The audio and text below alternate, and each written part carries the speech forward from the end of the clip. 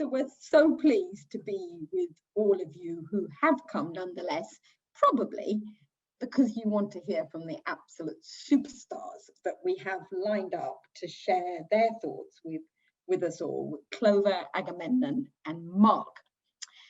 And in fact, it was people like Clover, Agamemnon and Mark that led to my co-author, Ben Jackson, and myself writing the book From Anger to Action, which we've just published, and which tells the stories from inside the global movements for social justice, peace, and a sustainable planet.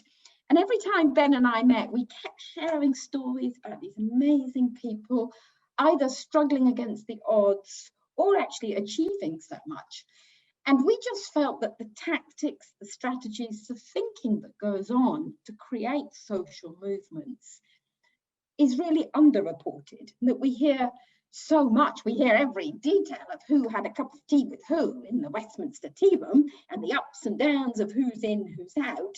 And yet we never hear enough about the big decisions that are being made by people within social movements that can have just as much impact in shifting societal change, and in particular in addressing what we call in the book the 4 fires that are burning today and are all connected, of rising climate, rising number of people forcibly displaced and becoming refugees, rising inequality, and of course the climate crisis.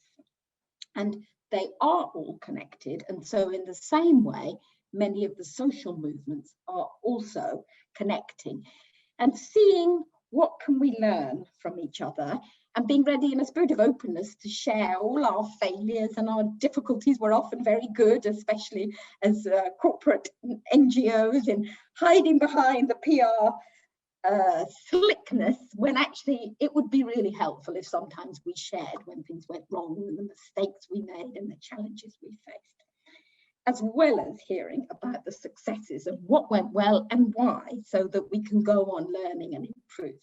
And so that's what we'll be doing for the next hour. We'll be hearing from Clover, Agamemnon and Mark for about 10 minutes each. And I'm also really encouraging all of you to keep putting in your comments and your questions in the chat box as well as in the Q&A. But don't wait till they've spoken to put in your questions or comments. Please do use that. It's the end of the day and it's nice to keep the chat going, and hopefully we'll be able to address some of your questions as we go along. And then for the last half an hour, we'll definitely dedicate our time to having a discussion with all of you and bringing in your comments and your questions before ending on the spot at 7:15. So you definitely don't miss the second match after that. Please also feel free to tweet as you go, because we want to share these stories. That's why we're all here. So don't be shy. Please feel free to multitask on your phones while listening to the words of wisdom from our 3 speakers. And I'd like to kick off now by asking Clover to share her thoughts. So Clover, as you will all know, is a climate activist, a researcher on eco-anxiety, who founded Force of Nature, a youth not-for-profit that is mobilizing mindsets for climate action. She's incredibly committed to empowering young people so they can engage with the powerful, so they can walk up and down the corridors of power, which indeed she's done herself. She's a trustee of Global Action Plan, and I'm really pleased to say at Ashden we're collaborating with them on our campaign Let's Go Zero 2030 for all our schools to become zero carbon by 2030, and is on the advisory boards of the lottery funds, Climate Action, Teach the Future, as well as involved with COP26. So it's quite a CV you've managed to amass already, Clover. Tell us, when you founded Force of Nature, and it's looking about mobilizing mindsets for climate action, and I just thought that was a great place to start when we're thinking about the role of NGOs and civil society. So tell us what you mean by that, and how you seek to mobilize people's mindsets. Thank you, Harriet, and it's a real privilege to be joining this incredible panel of speakers tonight, and huge congratulations on the book also. So I had my climate catalyst when I was 11 years old, growing up in Australia's tropical North Queensland. I started watching documentaries. I watched The Cove and An Inconvenient Truth. And it was the first time I experienced heartbreak. Sat glued to my computer screen, staring at these images of million-year-old forests being bulldozed, images of mass dolphin hunts that turned the shoreline red, seeing videos of frontline communities displaced by the climate crisis, watching these terrifying graphs that Al Gore projected of how quickly we were devouring the planet.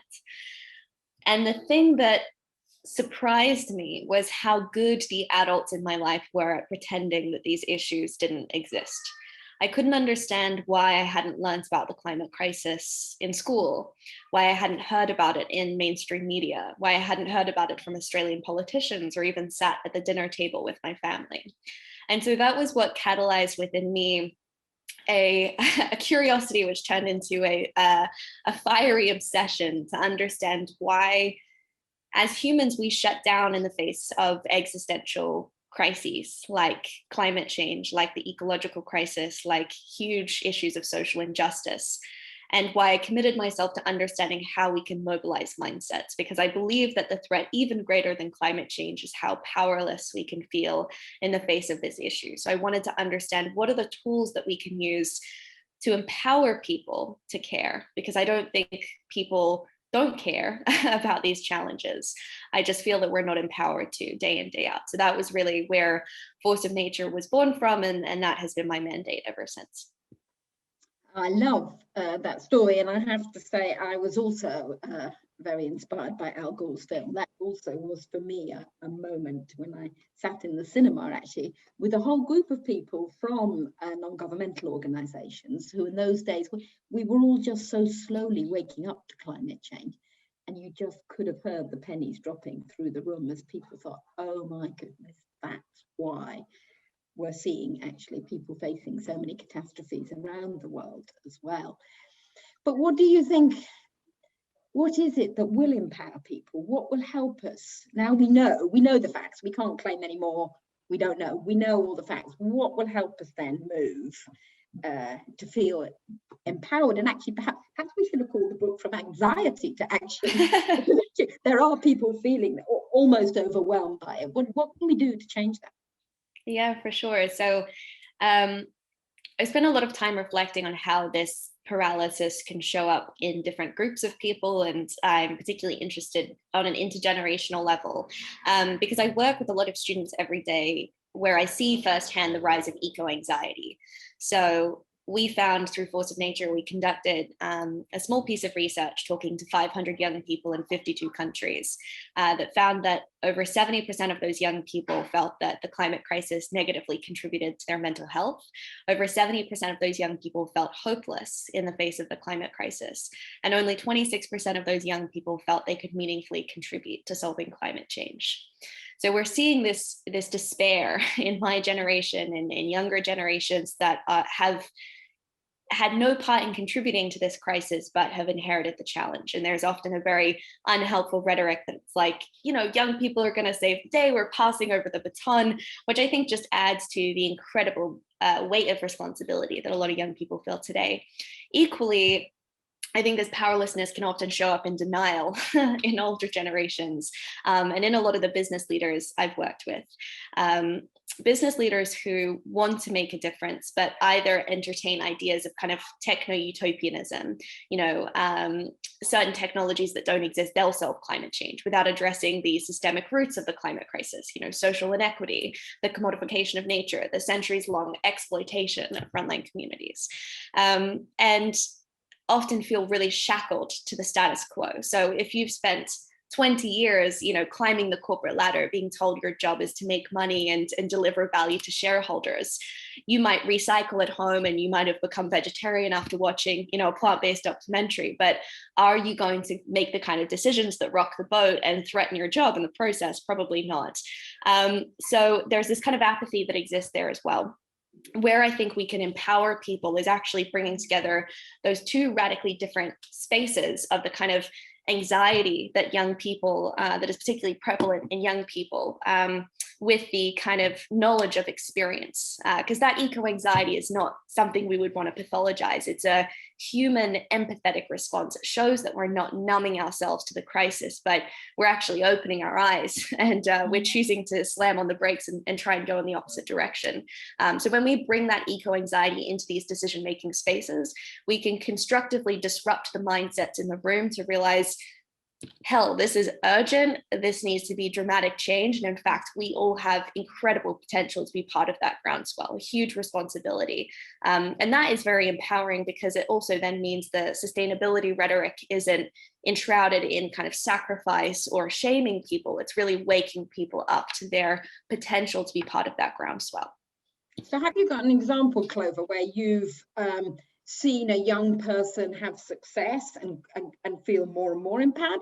And have you got an example where well, these are two huge challenges, but where you've managed to shift the corporate mindset? Yeah, definitely. So on the first example, we run classrooms and programs with students around the world every day, where they come to us feeling very eco-anxious and often hopeless. And through our classrooms can support them to realize the power in their feelings, and actually analyze the feelings they have about the feelings, if that makes sense. A big challenge is that we can often feel, difficult emotions like guilt and shame around the climate crisis.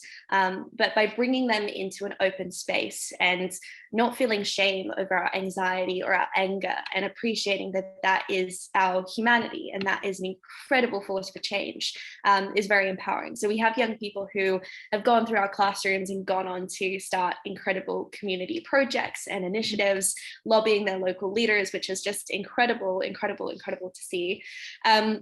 And then in terms of shifting, these institutions, the clients that we work with now, the companies that we work with, are the companies that I was making mockumentaries about when I was in the 9th and 10th grade.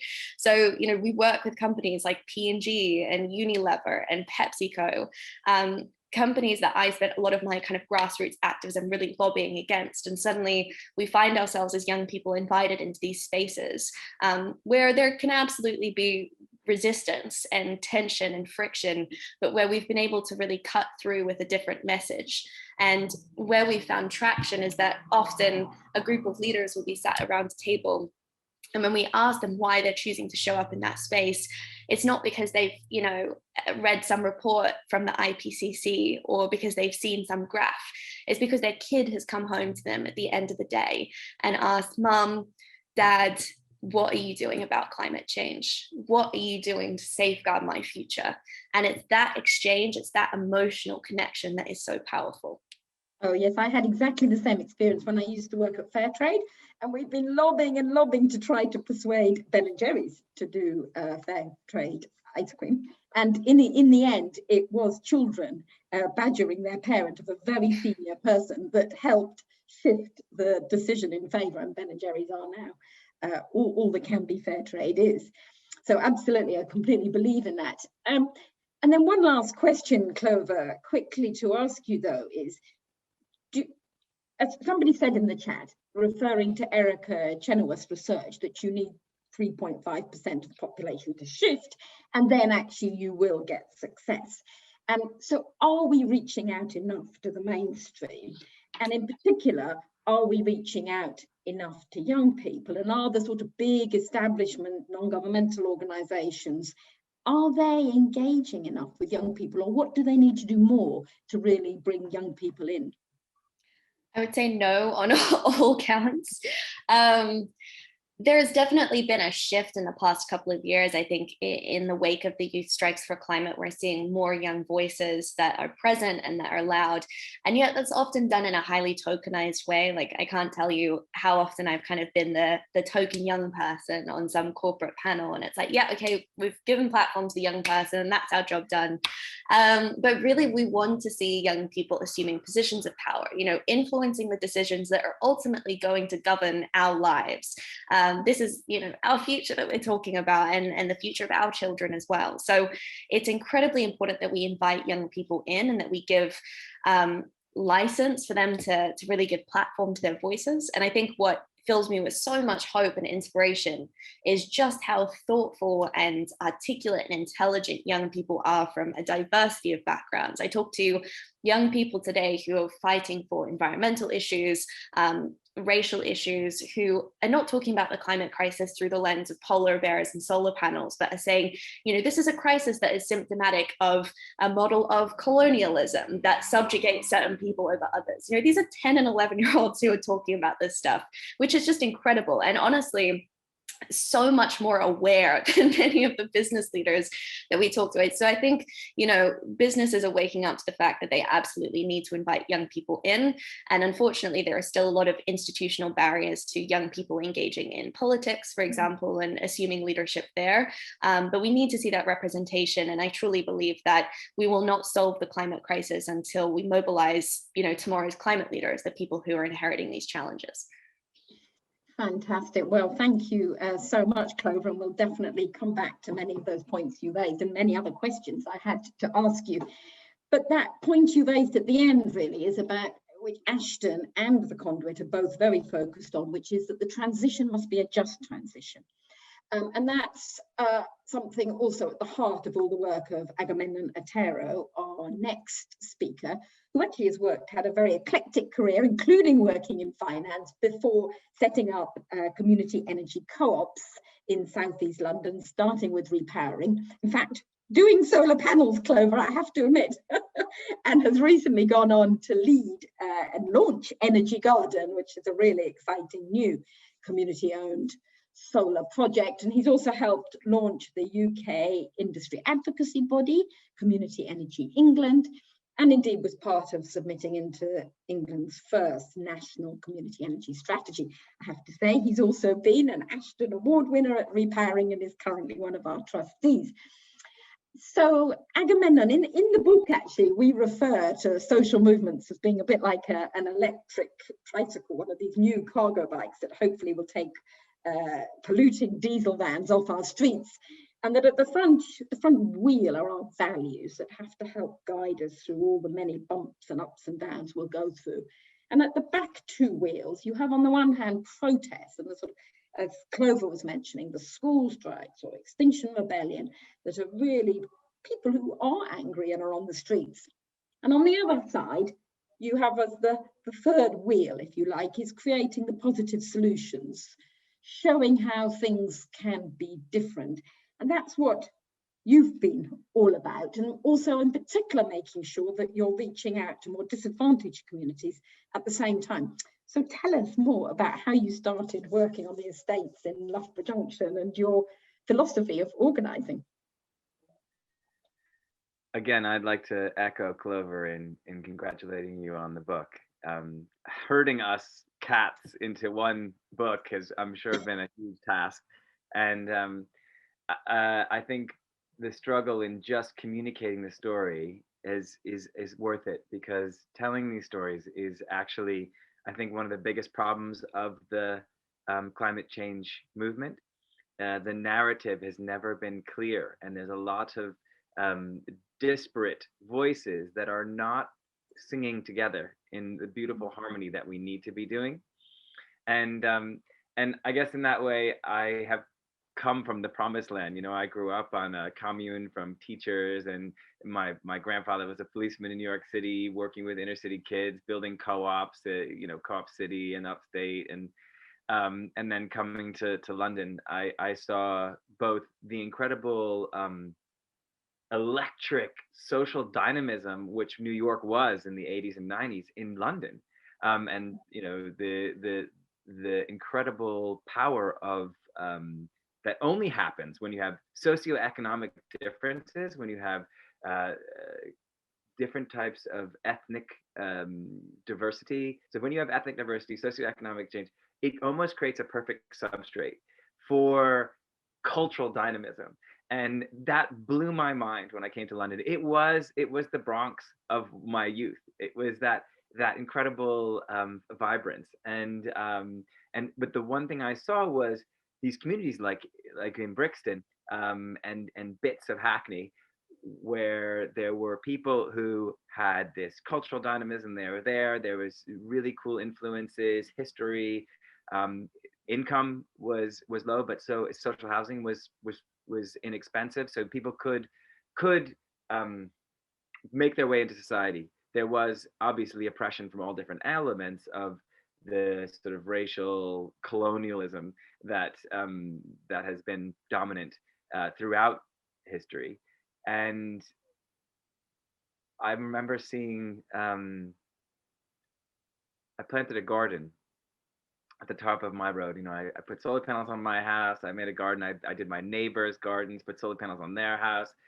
And I was just doing that as like an activist, and you know, it felt like ripping up the paving stones with planting gardens and putting solar panels on people's roofs. That was real activism.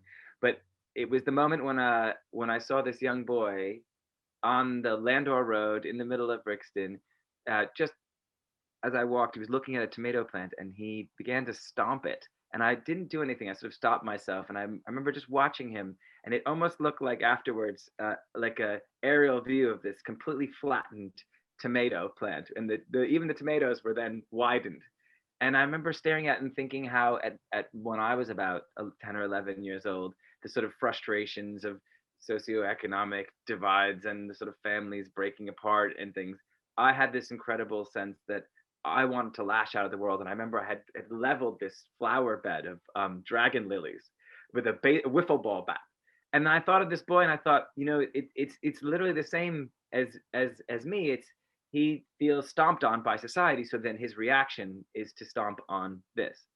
And so I sort of switched that me thing about I'm doing this for climate change. You know, every time I flip on my switch, it's renewable. Every vegetable I eat is from my garden, or it's from the farmer's market, or you know, I'm a vegan, I'm vegetarian, and I was all those things. But I was those things. But by flipping that me to we, I really had this amazing dynamism in developing cooperatives, and it went on to develop 9 cooperatives from in Loughborough, working with inner city communities who people where there was a triple homicide murder on all 4 of the co-ops, Brixton Solar 1, 2, 3, and then Bannister House up in Hackney, when I was first starting out. And it was just so profound to see this sort of, you know, you have cultural dynamism, you have these incredible people working together, but you don't have a way for people to go into society. People were saying, oh well, we're going to help these people get off of these estates, when actually what they wanted was a way into society. So by building not-for-profit community energy cooperatives, we were able to, with incredible people, build this way for both political activists to vote with their wallets by buying their energy, but also to communicate their disapproval of what was happening in their world, and to do that collectively with their community. It changed how we do things. These are 25-year cooperatives that reduce people's energy bills. And the amazing thing was, I, as an American, I might smile, you know, but I'm not of that estate, and I might be a local leader in Brixton, but I definitely wasn't on Rupel Park or in Hackney. So I had to rely on something which I learned growing up in cooperatives, which was that every estate, every community has like a matriarch, and it's almost like this incredible sense of that sort of, you have to have that dynamism of cultural things and young people doing things, as Clover was highlighting, but you also have to have that clarity of delivery, that like Jane Goodall, you know, in that moment when Greta Thunberg and Jane Goodall sort of began to discuss the global climate crisis, you have this sort of clarity of mind around, hey, look, I've experienced this, I've worked through it, as well as that, you know, determined youthfulness. And in that way, it was incredible to then, each one of the projects, to work with these matriarchs of the communities, like the biodiversity, where you have a large tree, which can then, if it's there, it can keep a whole forest going, moving nutrients back and forth. These incredible women were doing that for the estates. And I can tell, you know, whether it's Leila Fortunato in Brixton, or Faye Gordon in the Loughborough estate, or, you know, these women were there, and they've been there for 30, 40 years. They knew every young person, they knew every politician who slipped by and didn't do their job, and they knew the ones who did. And by working with them, we could hang these financial business cases and these legal instruments off of them in a cooperative, and then deliver energy savings. We could address fuel poverty. We could build the education structures around them and really create a participatory democracy. I love the way, actually, Aga, in one of the stories which we tell in the book, is when they taught you, actually, and they said, look, if you want people to come to a meeting, you've got to provide food and drink. If you want young people to come on training, you better pay them properly and give them a proper accredited apprenticeship. So I thought it was so interesting, all that you learned from these matriarchs. But I wanted to also ask you, because I know how ambitious you are, and we're facing a climate crisis and you want to get to scale. And on the other hand, you believe so strongly in community initiatives that are really rooted on one estate, on one housing block. So how do we manage that tension between being rooted and yet working at scale and pace? So I remember when you came to interview me, and we went on the roof, and we were there, and it was windy, and we were on the roof with solar panels, and I think it was starting to rain, and it was this evening, and I think that was a beautiful place for me to tell you, and even to tell all of the people that are here today, I had failed. And I think in that way, it's very important to say that as a developer of cooperatives, I've built 19 organizations over the last 27 years of going and doing. Really, they weren't activating people in the way that I knew that we can and knew that we could. So I built Brixton Energy, and with a bunch of amazing people, we helped this cooperative happen. But the people weren't from that estate, the directors, and there wasn't as much, it wasn't as sticky as I wanted it to be. So we built Brixton Solar 2, Solar 3, combined them. Then Repowering was an agency. I built that organization to help facilitate that with local authorities to try to get scale. Again, I felt that I had failed because another 4 to 7 years went by building these co-ops, but it wasn't at the scale to fit the size of the crisis. So, you raise 100,000, 50,000, 100,000, 200,000, 500,000, $1 million, but it's actually not enough. It's not enough to turn the heads of the local authority. It's not enough to turn the heads of the parliamentary aides writing the policy. So Energy Garden was a way in which I began working with the largest banks, the largest institutions, from Rockefeller to the pension funds to state agencies, to say, look, I want to look at whole cities, and how do we do that?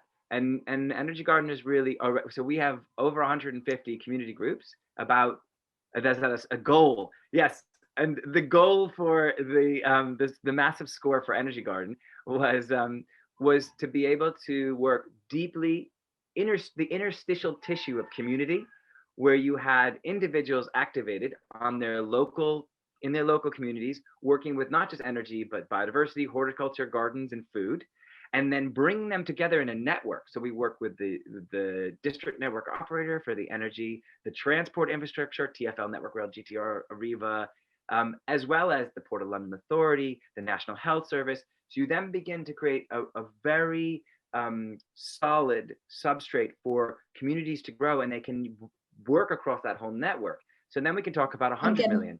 Yeah, exactly. I think that's the scale. That's the scale that we want to get, and perhaps we can come back to that after, Agamemnon, and also back to there's a question about your working with the matriarchs that I'd also love to come back to. But while we're talking about scale, I'd like to now move on and bring in Mark Campanale. Mark is a man who is exactly leveraging the power and the influence of markets to help shift them out of fossil fuels. In fact, he came up with the theory of the carbon bubble and is credited with changing the financial language of climate change. He's the founder of Carbon Tracker Initiative and co-founded Planet Tracker, which is also focusing now on agriculture, on seafood, forestry, water, and textiles. Previously, he worked many years in finance, and we'll be here all night if I try to read out to you all the financial sustainability initiatives that he was part of forming. And I'm delighted to say he is also now an Ashden trustee. and also someone I interviewed for the book. I have to stress, you don't have to be an Ashden trustee to be interviewed in the book. It's just chance that we have two very wonderful examples today. But Mark, I was really struck when we spoke that you likened successful change making and successful social movements to being like a judo move, where you have to use other people's weight against them. And it was a very powerful image, given that campaigners, I think we often feel we're up against these incredibly, almost overwhelming odds, and none more so than the power of financial markets. So tell us about how you found your judo move. Well, thank you, Harriet, and good evening, everybody. Congratulations on the book, Harriet. Available all good bookstores, particularly ones which you buy locally, like the one I live at Q Bookshop. Yeah, so I spent 20 years in fund management doing the green side, and then the last 10 or so, I'm still involved in sustainable finance. Last 10 years looking at the role of the City of London and global financial centres in financing the fossil fuel industry, and that's where Carbon Tracker was created. It was really the answer of answering a particular question, but to go to the point that you're making of this judo move. It's in the same way that when bank robbers are asked why did they steal from banks, they say, well, that's where the money is. And the same way, if you want to know who finances the fossil fuel industry globally, you have to look at the financial centres. And the study that we did, the first study called Unburnable Carbon, Are the Financial Markets Carrying a Carbon Bubble, pointed out that along with New York, London is the global financial centre for the fossil fuel industry. So we actually have to think of ways to flip it or to make it think. And I'm not the first person to say, but the city investors generally are driven by two things: fear and greed. And actually fear is just as much a driver of behavior as greed. And the fear that we need to think about, with not just the issue of the planet warming, which of course is crucial to every human being. And I've just come off a call before this started with a colleague who's out in Canada, and they were saying, of course, you've got 115 degrees Fahrenheit, 43 degrees Celsius of heat there. And they're saying not only have they got that, but where they are, the ice and the snow is melting off the mountaintops, and they've got flooding. So they're having to deal with homes underwater, including people, as well as obviously the heat problems. So really it affects people. Well, anyway, so you can think of this, but the fear that investors have is their capital at risk? Are they owning the shares of companies which are not really going to have a competitive future? And so Carbon Tracker was set up really to prove a set of numbers, and the numbers that we were interested in, it was a simple calculation. We knew that burning of fossil fuels, cumulative CO2 in the atmosphere, was causing the global heating. What we didn't know was which companies were responsible for it and who their shareholders were. So the maths that we did was to take all the world's largest coal, oil and gas companies, the top 200, look at their reserves and their resources, calculate how much CO2 was in their reserves, and then do some multiplication. And what we discovered is there's 4 or 5 times more proven reserves of fossil fuels than we can possibly burn to stay below 2 degrees. Hence us developing this notion of stranded assets. And if there was a flaw at the heart of the business model of these companies, then do you continue to own? Do you persuade the board to change direction? And that's really where the carbon bubble idea came in. And a lot of this is now playing out as we sort of, in the last few months, I've just been amazed at the shareholders who gathered together to support Engine One's activist hedge fund that dismissed 3 of the board directors of ExxonMobil. They started off with 0.02% of the shares of Exxon, and they were able to succeed. So there's a great form of investor activism. But the other thing that happened was the launch of the fossil fuel divestment movement. The carbon bubble report, I was busy writing and doing other things actually when Carbon Tracker. So Carbon Tracker was just an idea, it wasn't an organization. So we printed 100 copies, and one of those copies given by the Rockefellers to Naomi Klein, who then in turn gave it to Bill McKibben. And then Bill McKibben wrote his famous article in Rolling Stone magazine, which anyone listening is still well worth reading after you bought Harriet's book, of course, first. It's called Global Warming's Terrifying New Math. You can still download it. And in it, he kind of kickstarted he did kickstart off and saying to people, there's a flaw at the heart of the business models of these fossil fuel companies. And then the student activists then, in turn, started to lobby the Harvard Endowment and Yale and Oxford University and Cambridge. And today, $14 trillion of institutional investors have now divested from fossil fuels. And shall I show a little picture, Harriet? Shall we have one go? I mean, yes, go for it, Mark. And it is amazing to think that you printed 100 copies. And I think didn't even go to the launch of this report. You went off to hear some music because your wife had got you a ticket. Am I not right? And now it's led we went to the Latitude Festival. I forgot that I wasn't. So this is the picture that we took. Oh, it's a bit loud.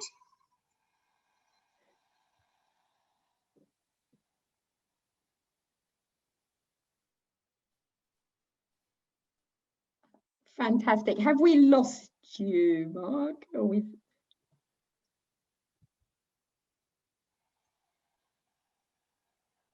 So this is the students really taking up the idea of a carbon bubble at Wall Street. Anyway, and it gets burst. Anyway, yeah. So I've now got to figure out how I can stop slide sharing. Okay, how do I stop slide share? Anyway, I'll figure out in a second. It's harder than divestment. So they took the carbon bubble, and I gave permission for these guys to create a bubble, and because I don't know, they were worried about some licensing. I don't worry about that kind of thing. So they rolled it down Wall Street and symbolically burst it on the horns of the bull down Wall Street.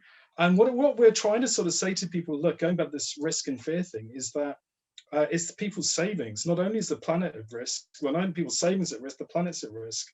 And there's a very clear, compelling case to completely transform and change the relationship between the banking system and the fossil fuel industry. And then about 3 or 4 years later, Mark Carney wrote to me and asked if I would present this to the Financial Stability Board of the G20. So I had to go up to the Bank of England, all these central bankers, and I gave a very short, I didn't put that slide in, but a very short presentation to the bankers. And then he had this discussion about stranded assets, and he gave his famous speech at Lloyd's on unburnable carbon, and then he launched his various initiatives, including the TCFD, the Task Force on Climate-Related Financial Disclosures, and which I then presented to the same story. And I think today we've got regulators really on fire over the climate issue. So I'll stop there, and I'm going to try and figure out how I can do this stop sharing. Oh, it's been taken away. Fantastic. Very good. No, and thank you, Mark. It's amazing to hear all three of you actually with such different tactics. And I did want to ask you, Mark, obviously you've really focused on the data, the power of data. And now, as you say, you're going in at the top and talking to the most powerful people. On the other hand, how important are those protests to helping shift people's awareness? How do you see those different sides of the movements coming together? Well, it's, said before, the two ends of the extreme help to define the middle. And on one side, I mean, our report, the unburnable carbon stranded asset, didn't say to people divest fossil fuels. It didn't say it anywhere in the report, actually, even though people say that it didn't actually say that. Our letter was a letter to regulators, essentially, but it only captured people's imagination once the students and the church groups and the foundations, the great work of Ellen Dorsett, Wallace Global Fund, and Sarah Ashden, and many others, to divest from fossil fuels, they all started in turn to write to UBS and to Schroders and to HSBC saying, we're in these fossil fuels, what should we do? And of course, when the Rockefeller Brothers Fund and other foundations divested ahead, the BBC and all the world news, Rockefeller's sell out of fossil fuels, it became a huge story. And in turn, UBS and Schroders and all the other fund managers had to go back and give answers to their clients. And so they echoed this narrative around stranded assets and vulnerable carbon. And that helped to change the way the financial sector thought about risk and the fossil fuel industry. So I was pleased to see really that climate risk is really at the heart of a lot of people's thinking, and the Net Zero Investors Alliance and so on. And Carbon Tracker, we support something called Climate Action 100, which is a $57 trillion coalition, which I think is the biggest investor coalition on anything anywhere that was created 2 years ago, where Carbon Tracker, we provide the analytics into that. But we couldn't have done, I don't think we could have done there without the activists, particularly the students at Cambridge University and Oxford, really just creating problems and noise, but actually having good, sophisticated arguments that were behind them. Yeah. Amazing. And actually really interesting what you said about, you think it's probably the biggest coalition, because I think quite often on the climate movement, it is at another scale, in particular when you compare with some other movements and crises, for example, around peace building. It's a much smaller, more fragile movement for social change, whereas the climate movement really is phenomenal in the scale and reach. And therefore our potential was sort of, I want to ask you whether you think we are within sight of getting the kind of changes we need to get, or what more we need to do. But perhaps first, let's come to some of the questions in the Q&A. I'd really like to encourage people to put questions in the Q&A or in the chat. Let us know if you'd like to ask some. And I'd like to come back actually to you, Clover, because I really wanted to come back to you're working with people all around the world, with young people, and yet we talk about the importance of being rooted in the place where you are, the kind of work our Agamemnon's doing actually on one estate. So how do we manage this tension between the need for local action and the need for global action? And obviously, this year of all years, we've got the run up to COP26. If we never ever needed global action, it was now. But how do we bridge that gap? That's a great question. I think what really excites me is to see how democratized some of the conversation around climate has become, and how climate education is kind of dispersing itself among young people. The state of climate education in the UK and most of the world for that matter is incredibly poor and disheartening. It's still kind of relegated to a single geography lesson in the current UK plan, which is depressing to say the least. But I think a lot of young people have turned to new sources of information. And we've seen, I think, particularly in the context of Black Lives Matter and the youth strikes for climate, whole movements kind of proliferate via Instagram and Twitter and TikTok. And so, I think young people are increasingly plugged into the lived experience of other young people in different corners of the world. And the thing that also inspires me about eco-anxiety and that kind of eco-empathy is that young people who are living in a bubble of relative climate privilege, for example, in spaces and places that aren't already living through the climate crisis, they're responding to climate still as a perceived threat, but connected to young people for whom it is their reality. That being said, obviously, virtual activism is one space and platform, and we really encourage young people to kind of dig their hands into the issues that are, facing their communities locally. I think part of the reason we can begin to feel really overwhelmed on social media is because there are so many issues that we're constantly plugged into. I'm reading about what's happening in Israel, Palestine. Well, I'm reading about the Uyghurs in China, and I'm also learning about, palm oil deforestation in Indonesia. It's this constant kind of treadmill of problems. And I think young people are so, awake to all of them. But of course, I would also argue that impact really comes from focus. It's saying, this is the problem that I want to dig my teeth into. And I think Agamemnon is a brilliant example of that. It's taking a really localized focus so that you can have true impact and you can kind of see the fruits of your labor as well. So we encourage young people to continue to cultivate that international view while saying, what's the problem that ignites a fire in my belly that I want to do something about? And then what are the resources that I have at my disposal? What is the community around me? What are the skills that I bring to the table to take meaningful action in the here and now? So I don't think it's a binary. It's how can we vacillate between those two perspectives? The very famous quote of, kind of global perspective with local action. I think that's definitely the way to go. Yeah, and thank you, Clover, for mentioning that actual real problem of the lack of climate education in the curriculum, and the great work of Teach the Future and Let's Go Zero campaign, both trying to say we've got to completely transform our curriculum so that our young people know about climate change, but also have the skills for the future. But I'd just like to go now to a couple of questions in the Q&A. Sorry, I was wrong. The chat is not open to everyone. My mistake, everyone. So please use the Q&A if you've got some questions you'd like to ask. And one of them goes back exactly to this point about place, and is Maxine's asking you, Agamemnon, about super interesting your theory about creating change with the backing of the matriarchs, and how do you identify the matriarchs in each community? And he actually asks, are these official roles? It's there's a great piece of work by Elinor Ostrom, about 40-year Nobel laureate. She and her partner worked for years to study common spaces, whether they were fisheries, forests, agrarian societies, and what they found consistently with this, that those that lived there were incredibly able and agile enough to govern that space.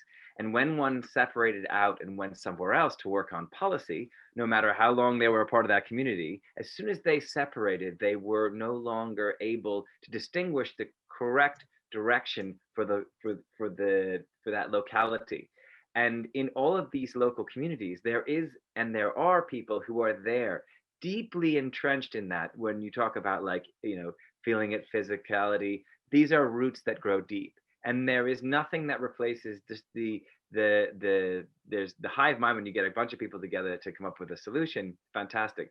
But it has to be rooted in that area. And no, it is not. There is not such thing as far as I'm aware of, like, the official matriarch of said community. But they exist everywhere I've ever been, whether I've been working with the indigenous communities, First Nation people in the Ojibwe, and with Winona LaDuke in North Dakota, and I was in the Altiplano in Peru or Bolivia, or in Loughborough and Brixton, or in China. All these different communities I work with, there's always been this incredible, insatiable thirst for bringing people together. And one of the things that there's been struggle with, there has been a binary conversation where it's like business, love. They're two separate things. Don't mix them up. When actually there is a business case to love, and that is cooperative thinking, where you entrench the whole notion that there is sustainable socially, sustainable environmentally, sustainable financially. That is true. There's that true tripartite thinking where you come together and you actually build in. We want support for young people. We want to include the elements for the elderly, which they're talking about. We want to have jobs and employability. We want there to be support in this way. And so there are incredible men everywhere too. I'm not to say that, but it just so happens to be, in my limited experience, in my short life, that the 19 projects I've worked on consistently share that there is a woman who has not just had children, she's had grandchildren, and she steps into that incredible space where she has the ability to then say, to navigate through the community in a way in which she can point to certain elements and bring that vast knowledge down into the ground and share it with those people. And then, yes, we can bring in our business case and translate what has always been there and will always be there to the current impending system. It's only been 75 years of ridiculous, fiduciary responsibility, robbing the world blind, both past, future, and present. So yeah, it's there. Yeah, that actually that brings up a great point. I must just say I love the business case of love, but I want to. That point you just raised actually speaks a little bit to Karen's question, where she's actually asking, and I guess this is one particularly to ask Mark, do we need more analysis like global warming's terrifying new maths to shine a light and drive action on the emergency? And if so, in what areas do we need that kind of analysis? And I think that speaks really well to your point, Aga, about the shackles of fiduciary duty that companies often throw up to defend themselves. Do we need some more analysis to help break that? What do you think, Mark?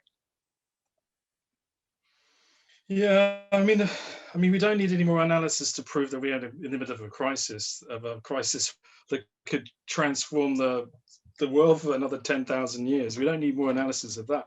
I think some investors, I was tweeting a little bit about this, are still pouring billions and billions into expanding fossil fuel production. Yesterday, I was tweeting about a project of Rosneft, which has UK shareholders, and that is going to build a project that's going to require 400,000 oil workers, two airports, a port, and various cities to do this huge expansion plan. And the project's up in the Arctic. So this idea that, people will wake up and it'll make sense. No, I'm afraid not.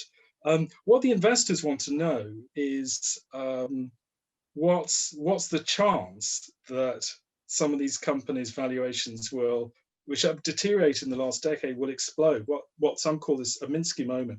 And to explain the scale of the challenge, we estimate that something like half of global corporate non-bank debt is linked to the fossil fuel system, about a quarter of equity markets.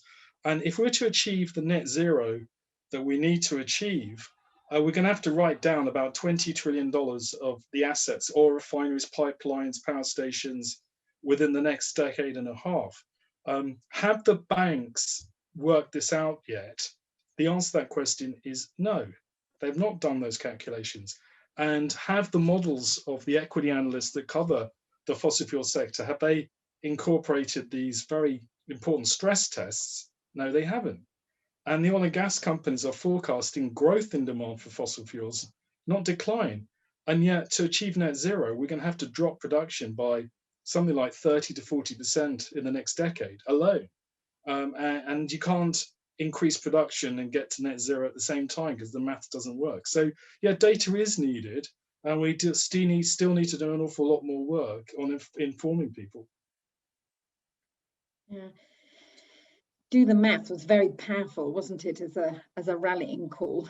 Yet it has to be allied with it was do the maths, Harriet. It wasn't the do power the maths. balance. Yeah. Sorry? It was do the math in America. It was do the maths in the UK, just to be a little pedantic. And just to answer to Maxim's question, it is Elinor Ostrom that Agamemnon was referring to, whose theories he was talking about, and that you might, I think, like to look up. But I'd like to now move on to a next question from Julius. Absolutely great to have Julius writing in from Uganda. And he's asking, how do you reach out to and bring on board the people in communities where people are not literate? And in particular, how can Julius, for example, in Uganda, connect with organisations like ours? And I think I'd like to ask you first, Clover, because of your sort of global reach, and whether these are issues that you've addressed at all. That's a great question. So we run classrooms all around the world, and at the beginning of this year, we ran our first ever classrooms in Africa. So we were delivering sessions, training up volunteers in Kenya and South Africa. And that was a huge wake-up call, and definitely challenged where we come from in a bubble of relative climate privilege, because there were very simple things that we had absolutely taken for granted. A clear internet connection, for one, working with volunteers through Greenpeace who had the time to participate in our kind of programs when they already had so many other responsibilities and additional commitments that had not even kind of crossed onto our radar. So I think it's incredibly important that we kind of pop our own bubbles and that we go directly to the very communities that we're trying to serve to understand, what are the barriers to engagement? How can we help alleviate those barriers? And what is it very simply that you need from us to be able to do that? So centering the conversation to the communities that we're trying to serve is critically important. And I think absolutely, in terms of connecting with our organizations, we're always looking to grow our, network and mobilize more and more communities from different corners of the world. And I think it's what we find to be most powerful is to give platform and voice to individuals for whom the climate crisis is already their lived experience, I think there's still a fallacy in which we continue to talk about climate change as a kind of distant threat, even as Canada faces, I think it was 47 degrees this week, and as wildfires rage in Australia, and as locust swarms destroy food crops in East Africa. This is our present reality, and we need to be hearing from the communities who are directly impacted, but critically, the communities that have already been facing these issues for decades and have built much of the community resilience and response that we desperately need to learn from, for those of us who are otherwise in a bubble of privilege. Really interesting, thank you so much, and challenging to actually how we all put that into practice, Clover. And I wanted to ask you another question that's come up about there must be many young people working in companies who are part of the problem, and how can we unleash their energy within the companies that they work at to create change? And well, maybe that's something Aga and Mark would also like to come in on, but let's start with you first, Clover. Sure, that's where a lot of our energy has gone recently. So increasingly, we're realizing that it's very powerful for business leaders to, not just hear from young people who are on the front lines and banner blazing in the street, but critically to hear from the young professionals within their companies who are just as eco-anxious and often just as active. And I think companies are waking up to the fact that a lot of young people don't want to work for them or don't want to be within their ranks if they're not being heard and if they're not working within spaces where they're priorities are aligned. So we're increasingly working with young people within companies to ensure that they do have a platform to engage consistently with decision makers, kind of dismantling this very archaic hierarchy that still exists and is so present, and also capacity building in those young people so they can feel empowered by their feelings, and so that they can shift that thinking not to being part of the problem, but the power that they have as insiders to kind of be activists within the organization. Yeah, it probably takes a lot of courage, actually. I thought it was really interesting but both you and Mark were talking about anxiety from such different ends, the anxiety of eco-anxiety and then the anxiety of people worrying about the companies and their future and where they can take them and how we can really mobilize that to create change. I don't know, Mark, if you had any thoughts about young people working in companies. I mean, working in a financial institute, working in various financial institutions, you don't tend to see hierarchies. Obviously, there are hierarchies, and at the top of the tree tends to be older people. But it's been always true in my experience that the insights and the different ideas don't tend to come from the top or the oldest. They tend to come from in newcomers or outsiders, and that's why I've always felt it's important, and this is something I've written about before, that any organization should try and put as I nearly said the word youth, but you know what I mean. Into the decision-making process, and it's how we do that. No, absolutely, I'm a great believer of it, actually. But it also takes a long time to get ideas through, and so certainly in my case, the idea of the carbon bubble. If you knew me in the mid-90s, I was talking about it with friends and colleagues then, and it takes such a long time to get the story going. And my interest in the city.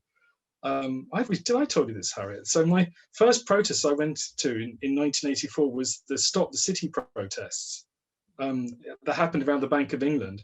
And I got stopped by this other protester. No, I got stopped by a policeman or somebody said, mark my words, in 20 years' time, you'll be here working here too, somehow trying to slap me down like, you'll grow up.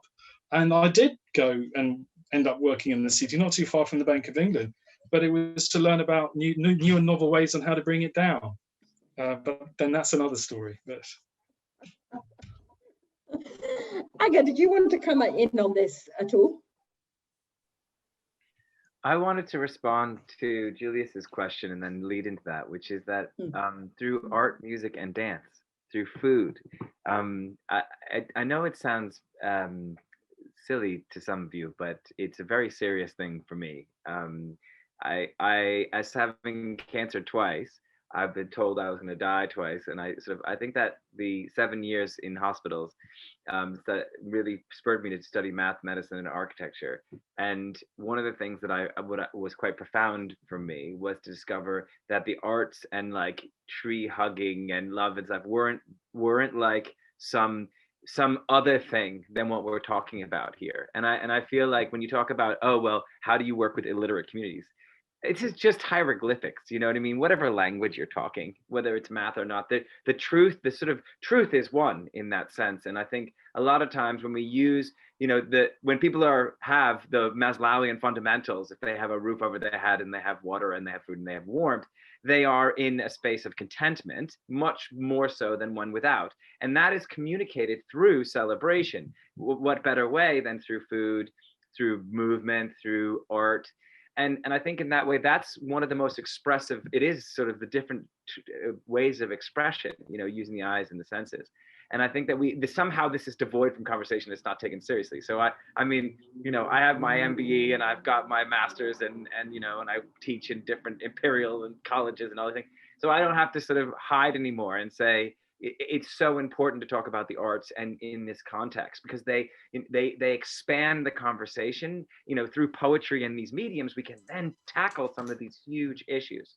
And that really brings in this element of like, young people are just people. They're not special any more than old people. There's this, it's whether they're not invertebrate somnambulists. And I think that's the real problem. We have sleepwalking individuals walking over the cliff.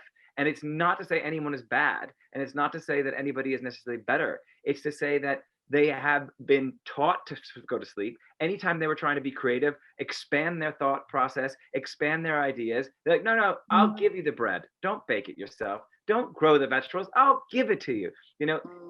Don't paint the waters. You can't have these paintings. These are famous artists. No, express yourself, do those things. And then that allows them to become awake. I've met some most awakened people that were in their 70s, 80s, 90s. So it's just, young people have had less chance to be lulled to sleep. So there's still some of them slightly awake. So, and in that sense, the whole society pushes down, saying you can't do this, you can't do this, life is hard. And I think in that way, bringing in people who are saying, gosh, I got to just make this bill. I've got to hit this mark, and bring them and saying, you can do your job. And look at Mark Campanelli. He is doing his job and kicking ass. He's making money, but he's also changing the world. And he's been doing it bludgeoned by the system over and over, but he's still there. I'm actually getting old now. I used to be young and hip when I was running my youth training program, 18, 19, 20, 30s. Now I'm in my mid 40s. I'm not young and I'm hip anymore. But I can say that I do. I love the way I get. Sorry, I just want to say I love the way you talk about art, and I think that's really come through in response to the COVID crisis. I think people have discovered many of these other cultural ways of connecting with each other. And I also love your idea of bringing together people from right across the age spectrum if we're going to get the shifts we need. We have, I think, just managed to bring on my co-author, Ben Jackson, who has just joined the panel to quickly make a comment. Sorry, there was a little technical hitch earlier. So Ben, hi there. I don't think we can see you yet, but I think we'll be able to hear you if you wanted to make a contribution. Can you hear me? Yes, we can hear you. Can't see Marvelous. You, but we can hear you. Go for it. I mean, I was just going to. What's interesting about this discussion is really one of the things I think, Harriet and I felt we kind of we thought a lot about when we were bringing together these different examples from our own experience, but also many other people who are creating change in many different issues. So I know we're talking about climate today, but I think there's some wider relevance. And I think particularly the point that a number of the panelists talked about is that in civil society, we tend to have a view like, the campaigners think campaigning is the fundamental way to change things. People who build alternatives tend to think, oh, well, that's all about dealing with the system as it is and trying to change that. And we need to build this other system. And it is an unfortunate kind of tendency. Sometimes we as civil society leaders or funders or others fall into that trap. And I think what the the climate movement has shown in the recent period is about exactly how those strands can come together to shift what an impossibly huge mountain. And I'm now working in the refugee sector and building a new coalition, actually a broad-based coalition together with refugees, which is really trying to kind of do something new and to kind of be about setting agendas for and changing the system. Because to be honest, we've you know, in contrast to the climate movement, who has been moving forward and gaining ground, we've been moving backwards, if anything, even though we've been valiant attempts. And good example, for example, those who do community hosting of refugees, a very practical action where people can host a refugee, feel, well, here we are actually changing something, while the system, it's impossible to change the system. And the people who campaign think sometimes, sort of slightly not look down on that, but just say, well, that's fine, but that's just a few refugees and we need to change these appalling asylum system. And of course, the truth is we need both. But I think the interesting piece that we don't spend near enough time on, and one of my reflections on doing this, is how we work to weave those together. Very often it is that combination of what Eric Olin, like the kind of radical social thinker, American social tools, prefigurative change, building the kind of real utopias, as he called it, the kind of the future now, but how we use that to leverage systemic change. So it shows that an alternative, all the stuff that several of the panel have been talked about, and then we combine that with the kind of well-organized campaigning that puts pressures on the companies or the governments, on those who need to move, and we keep that going. So I think that's one of the things that it's a really interesting reflection in climate. Different movements are at different stages, and certainly in the refugee struggle, we are at a very different phase, at least in the UK context, and you look at many other countries, that's the case. Thanks so much, Ben, for raising that. Really, let's put that as the last question. Aga mentioned food, and I know we need to let some people go to their food and others to watch definitely the second match, those loyal people who came to us. So I want to ask each of the panelists then, just to end with just one last very brief reflection on how do we, as Ben said, weave those different strands together. And what, if there's one thing we should be doing differently to have more impact, what would it be? So who's going to go first? Come on, Agamemnon, you kick us off. No, not me. Give me a second. No, we'll lose all the time. I'm responding to helping someone get into the talk. Oh, no, too late. Mark, and then will you kick us off then? Yeah, I mean, it's something a lot of conduit members and others think about. It's how do you mobilize capital to do good things? On the other side of the flip coin, how do you make sure that those with capital don't end up doing bad things? So initiatives like Make My Money Matter are really important. Groups like Share Action are huge in what they're doing. But the real question for me is how do we get the world off fossil fuels? We've got a technology revolution, which we're winning. Solar and wind is cheaper than fossil fuels in most parts of the world now. But we need to move fast. And I'm spending my time working on what's being called a fossil fuel non-proliferation treaty, fossilfueltreaty.org, to try and get governments to sit around the table and give up oil and gas licenses and coal permits. And we need to do that speedily. As you can see, Mark can't stop having amazing ideas about how we're gonna shift us off fossil fuels. Clover, what would your one thing be that we should do differently? It's easy to feel overwhelmed when we talk about systemic change. But whenever I feel overwhelmed, I remind myself that systems are made up of institutions, which are made up of organizations, which are made up of individuals. And right now, we are lots and lots of individuals subscribing to stories and narratives that don't necessarily help us take action on the climate crisis, and in fact, perpetuate the climate crisis. And I think the most powerful thing any one of us can do is begin to challenge those stories and decide which stories we want to carry into the future. And one of the most powerful ways we can do that individually is reflect on the stories that either serve us or do a disservice to us. So when I reflect on my role in being a change maker or trying to pursue activism, what are the stories that get in the way of me being able to take action, of being too small to make a difference or the system being too broken? But critically, what are the stories that I can subscribe to that empower me and that facilitate my action? Oh, wow. Brilliant. Honestly, all three of you, we could keep talking all night. Aga, what's the one thing we should do differently?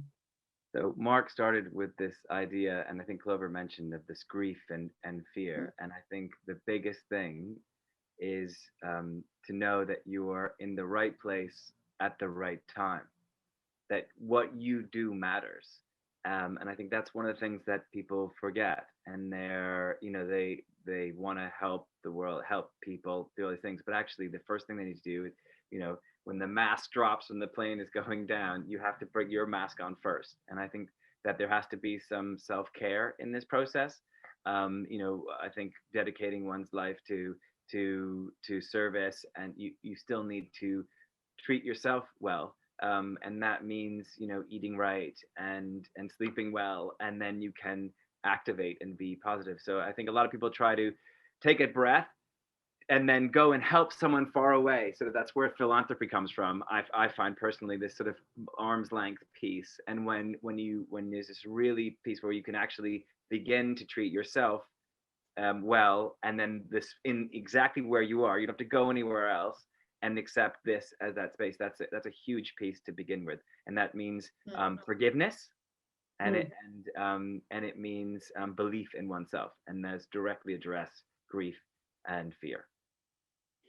So we've been around the world and back to our own individual selves, and the power of the stories along the way, which is what Ashden believes in, and which you three are such extraordinary proponents of, the power of telling stories, very different stories, but of telling those stories. And that's also what Ben and I have tried to do in our book, which I hope you will see if you in the chat. And I have to say huge thanks to Sue and Anita, who helped organize today, along with Marcus from the Conduit, and have also been putting all the links to Clover, Mark and Agamemnon's amazing work in the chat, as well as the link to where you can, if you want to get a special discount as your award for coming tonight, to order the book. So thank you from me before I hand over to Marcus, who's, yes. Thank you, Harriet. And a huge, huge thanks to our panelists, Clover, Mark, and Agamemnon. To our audience, thanks for attending tonight. We'll be following up with a recording of the event shortly. Really look forward to seeing you at some of the Conduit's upcoming events, and I hope you have a wonderful evening.